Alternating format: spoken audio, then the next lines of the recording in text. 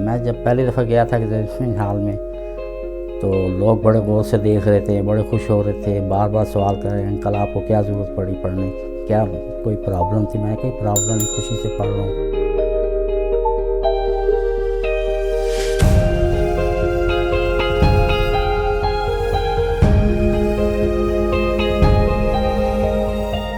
वालिद साहब रिटायर हो गए थे ना, फिर हमारी पढ़ाई डिस्टर्ब हो गई थी। उसके बाद फिर मुझे शौक़ पैदा हुआ ये पढ़ाई का।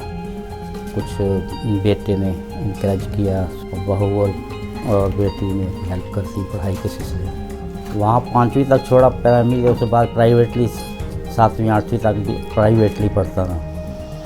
उसके बाद प्रॉपर मैंने अब अल्लामा इकबाल यूनिवर्सिटी से दाखिला लिया। हाँ, एक मेरा बेटा कमरान मीर, वो भी PhD कर रहे हैं नेस्ट से, तो उसने भी काफ़ी हौसला अफजाई की मेरी पढ़ने में। एक मेरी बेटी बिगन हाउस में पढ़ाती है। अभी मैं असाइनमेंट पूरा कर रहा हूँ, लिख रहा हूँ, और तकरीबन 2 महीने के बाद फिर उसके बाद पेपर होंगे इंशाल्लाह। पूरी कोशिश है, पेपर की तैयारी बहू और बड़ी बेटी माशाल्लाह करा रही हैं। इंशाल्लाह उम्मीद है कि पेपर अच्छा होगा। ये पहला सेमेस्टर मेरा हो चुका है, ये दूसरा सेमेस्टर की तैयारी कर रहा हूँ।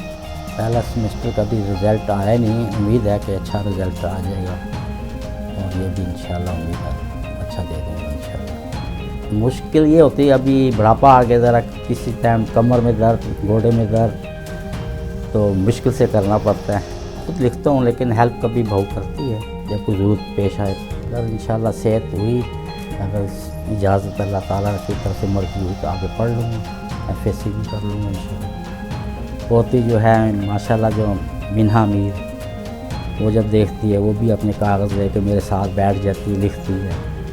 तो दादा अब्बू मैं भी लिखूँगी, साथ साथ लिखती है, खुश होती है।